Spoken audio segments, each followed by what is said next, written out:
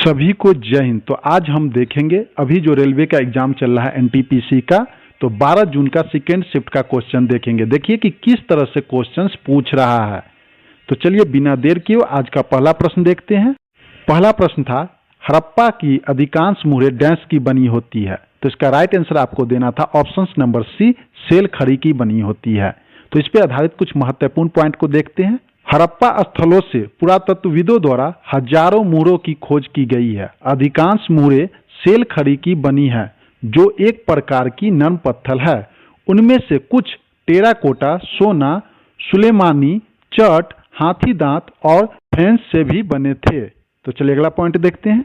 हड़प्पा मुहर का आकार 2.54 सेंटीमीटर इंटू 2.54 सेंटीमीटर था। यह सामान्य आकार होता है, कहीं सकता है अगला एग्जाम में, इसलिए मैंने आपको डिटेल से बता दिया।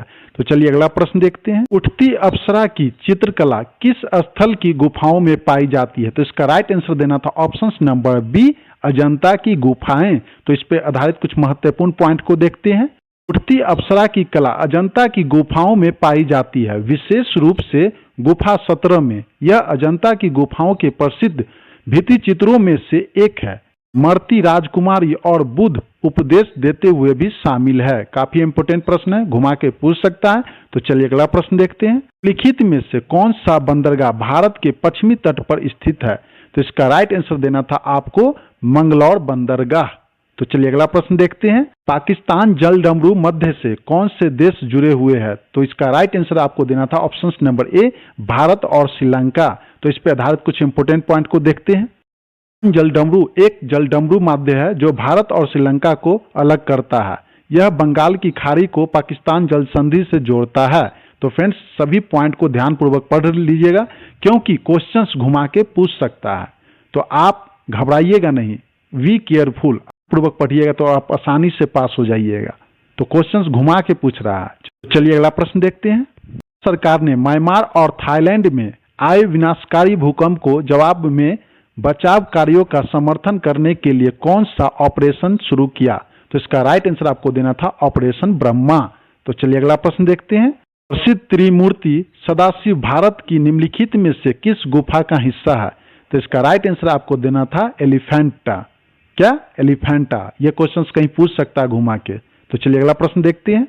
मानवता के लिए एक धर्म, एक जाति और एक ईश्वर का सिद्धांत किसने दिया था। तो इसका राइट आंसर आपको देना था श्री नारायण गुरु जी ने दिए थे। तो चलिए अगला प्रश्न देखते हैं।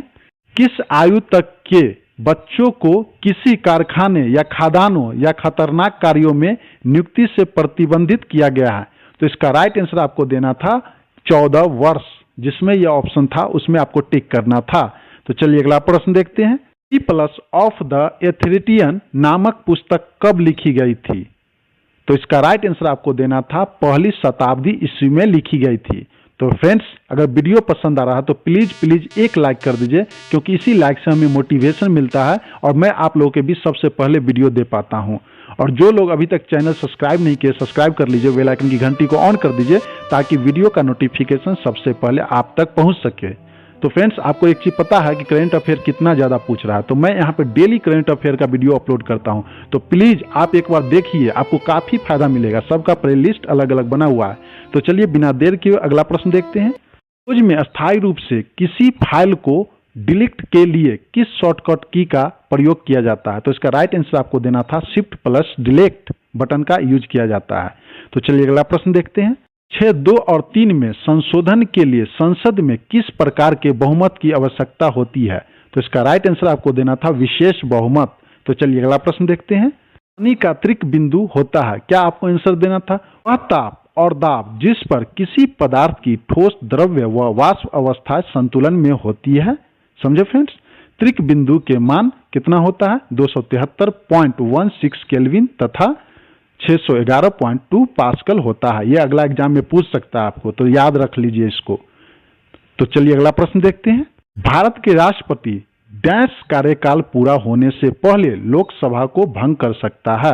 तो इसका राइट आंसर आपको देना था लोकसभा अध्यक्ष की सलाह पर। तो चलिए अगला प्रश्न देखते हैं।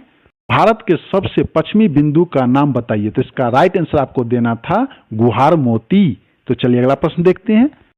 नेताजी सुभाष चंद्र बोस की 128वीं जयंती पर पराक्रम दिवस किस ऐतिहासिक स्थल पर धूमधाम से मनाया गया?